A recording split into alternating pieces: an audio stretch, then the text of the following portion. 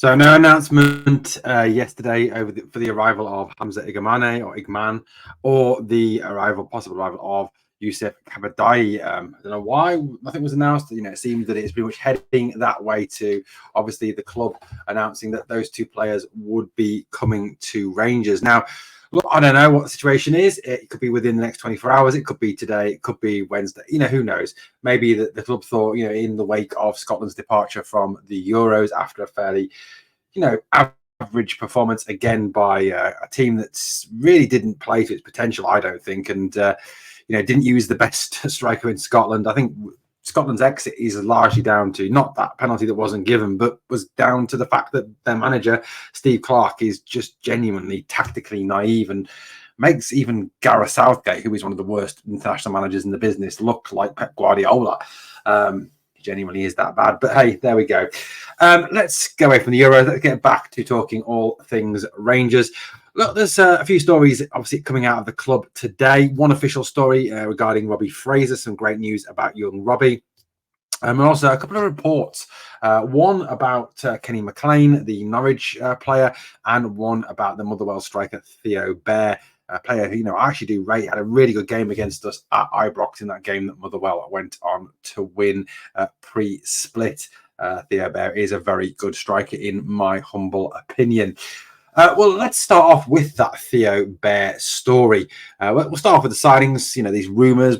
I know some fans hate it, and look, if you hate it, I'm sorry, but look, it is the news. It's what's around about the club at the moment. And whilst we're in this transfer silly season, people are going to start talking about transfers, possible links, possible players. And I, for one, I like talking about it. It's interesting. Yes, the name may never come off, but you know what? A man can dream.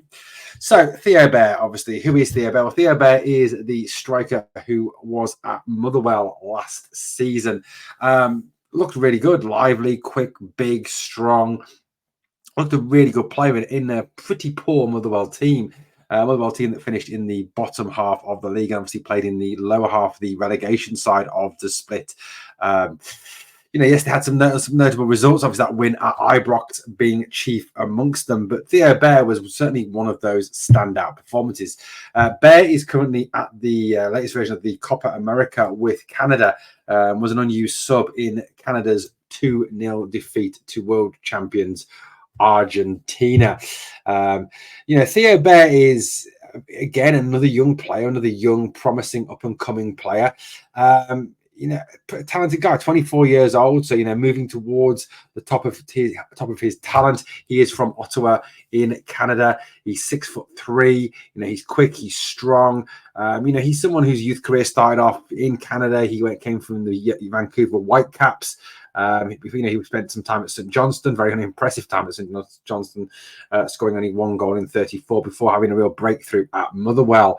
He's played for Canada all underage groups, under 20, under 21s, under 23s, and has had 2 caps for Canada, scoring a single goal for them. If we look at his stats, Theo Bair's stats this season, they're fairly decent stats for a player who played for a team that weren't particularly good last season. I think that's something you've got to kind of remember. The Motherwell obviously don't create as many chances as we do. They're not obviously as attacking as we are, and that reflected in their league position, didn't it? In the Scottish Premiership, he's had 33 appearances. He scored 13 goals, 4 assists. So 17 goal contributions in 33 games, better than 1 in 2. Played 1 game in the League Cup. In the Premiership relegation post-split league, he had a pretty impressive record. 2 goals, 2 assists in 5. 4 goal contributions in 5. Overall, last season, 21 goal contributions in 41. In like I said, not a good team. He certainly gave Suter and Goldson the run around, made Connor Goldson look absolutely, genuinely non-league pub style defender when he came up against him in that victory at Ibrox. Now, the other thing about Theo Bair is that he is relatively cheap still at this moment in time. A fee thought to be in the region of about £1 million is thought to be enough to persuade him to persuade Motherwell to part company with him. However, if Rangers were to try and sign him, apparently, according to reports in a number of sources, including The Athletic, it is a a number of teams are competing with Rangers for his signature. South of the border, the Championship clubs Blackburn Rovers and Bristol City, who had very unimpressive Championship seasons last year.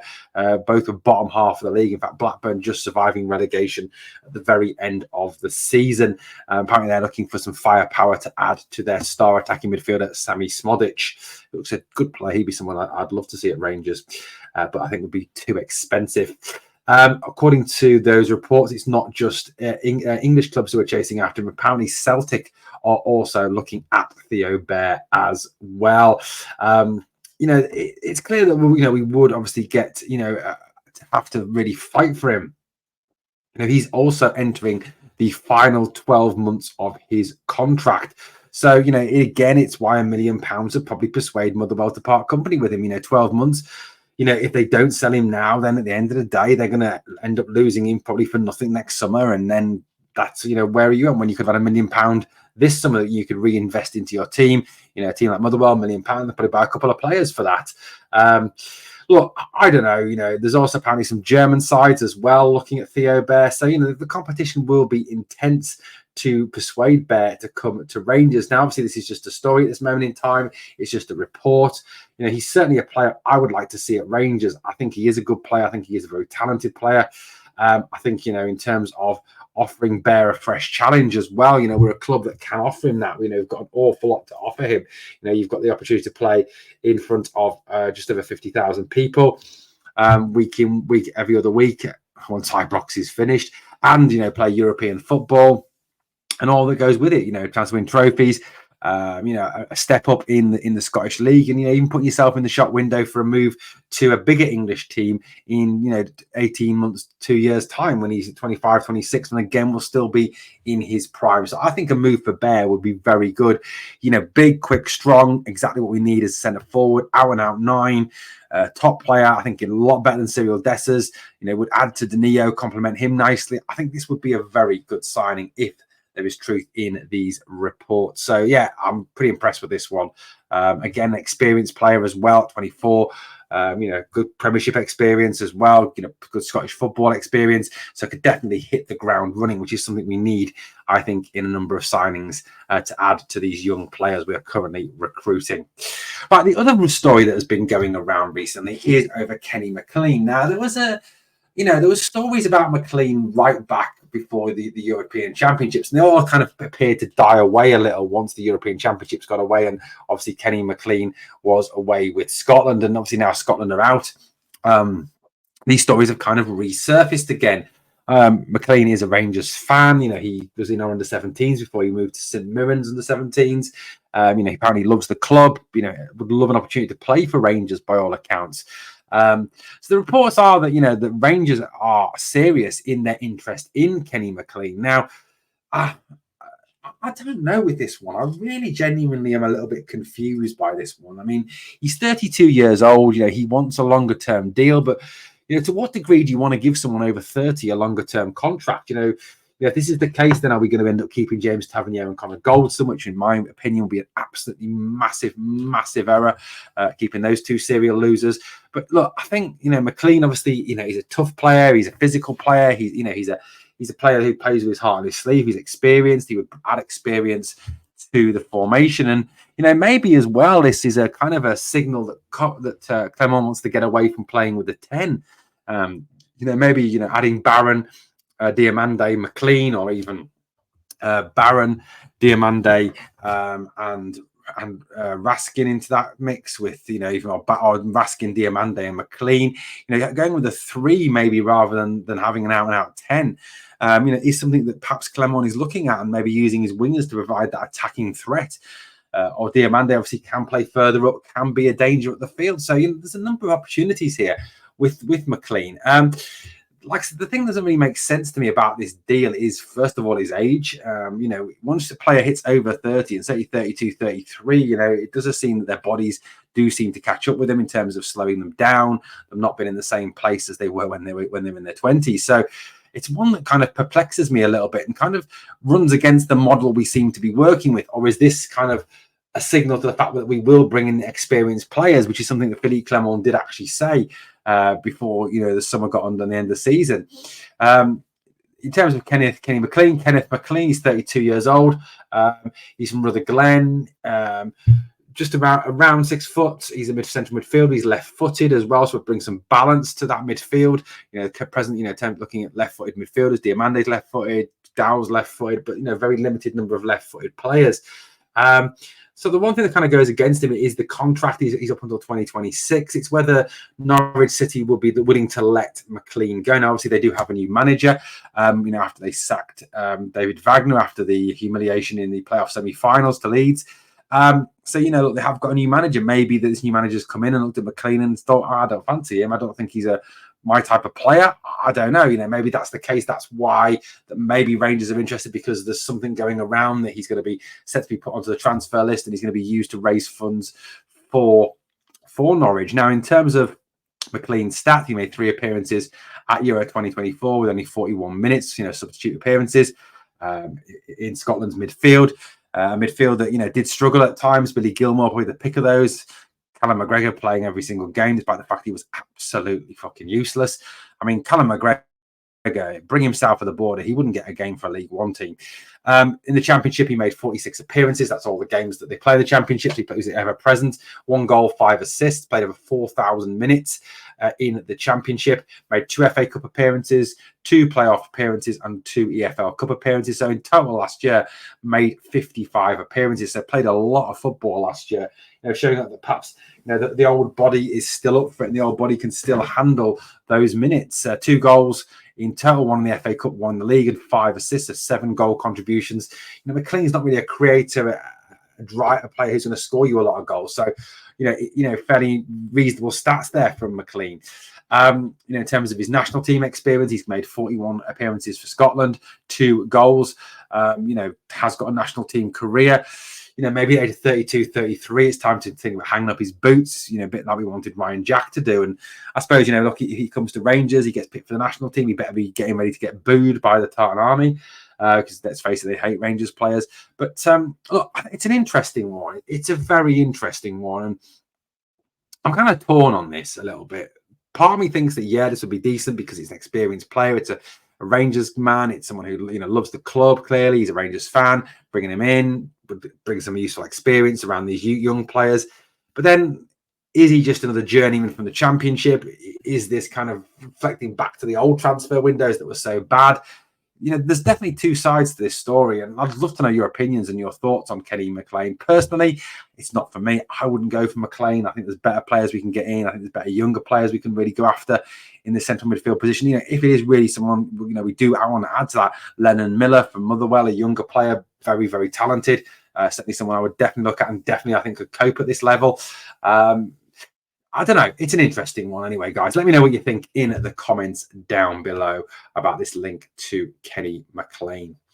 Well, look, one of the things I think we all agree on and we all want with the club is we all want our manager, Philippe Clement, to give youth more of an opportunity. We want to see Clement use some of these young players in this forthcoming season. I think, not the young players we've signed.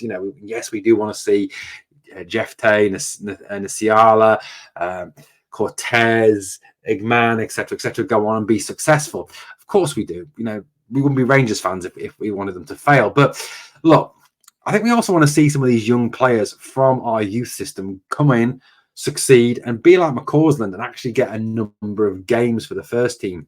I talk, of course, about Robbie Fraser, Bailey Rice, Cole McKinnon, Zach Lovelace, Paul and Theo, Archie Stevens, if he's still at the club, Josh Gentles, Leighton Grant, these types of players, these very talented young players, Ishaka Thompson. I'd love to see all these guys come in. Bailey Rice, obviously, been one of the top names that I'd love to see come in. I think Bailey Rice could come in and genuinely do a job for Philippe Clement and this Rangers team. Well, a bit of very good news for me is news that today, young Robbie Fraser has signed a new 2-year contract with the club. I think this is a superb move by Rangers, absolutely spot on move by the club. I love Robbie Fraser. I thought Robbie was excellent when he came on last season. Started the game at Hearts, obviously. Was impressive when he came off the bench. Sort of took first team football in his stride. Good left back, good left foot, naturally balanced. And I know we've got Ridvan at the moment. We've got Jeff Tay. But, even if Ridvan was to move on, I think Robbie Fraser could be a more than able deputy and even actually a starter. I do like Robbie and I really rate Robbie. He never looked out of place. He looked good going forward, looked good going back. He brought some great balance and thrust to that left-hand side. And, the news for me that young Robbie has signed a new deal is absolutely fantastic. And look, I was, go back and watch some of the videos when I talked about Ridvan being out playing Robbie Fraser over Borna Barisic. I've been a big, exponent of young Robbie. And I'm glad to say that, when he's come into this first team this season and had a chance, he hasn't let us down and he's done very well indeed. And I really love to see Robbie Fraser, who is a true blue, who is a Rangers man, who is, someone who is come out of our youth system, one of our own, come on and really succeed next season and get a real opportunity to be a top player at the club. Well, guys, let me know what you think of the stories we've covered in today's video. Thank you so much for watching the channel. As always, guys, it'll be fantastic, obviously, to get your thoughts, your opinions. You know what I'd love as well if you could hit that sub if you haven't already done so. There's all subs really do help, and they kind of, help to build this channel up. Guys, also, I'm going to be starting a streaming channel as well, another football streaming channel. Look, my ambition, I'll make no bones about it, is to do YouTube full-time. I'd love to do this as my full-time job, guys. I'd love to be Mark Goldbridge, the Rangers version of Mark Goldbridge. No matter what you think of him, he is very successful at what he does. So I'm launching a football channel. I am launching a streaming channel. Obviously, my majority of what I do, all my news videos, all my streams, everything will be Glasgow Rangers focused, will be all Rangers FC focused. But look, at the end of the day, I want to obviously provide, I love streaming games, I love talking football, so I will be obviously talking about other things as well, the English Premier League, I'll be talking about live international games, live streaming games, things like that. And you guys have been phenomenal supporters. I love having you in, and as Rangers fans, you are exceptionally knowledgeable. This is the new channel logo that I'm going to put out on my new channel. But my primary channel will always be this channel. Rangers is my love, my heart, my passion. It is my club. I even state on my new channel in my description and in my introduction video that I am a diehard Rangers fan as well. So look, guys, if you'd like to subscribe to that, I'll drop a link in the description box. Have a look for it, please. Thank you for watching Glasgow Rangers Nation, guys. As always, on the way out, two things I ask of you. Number one, smash that like. And number two, remember always, we are the people.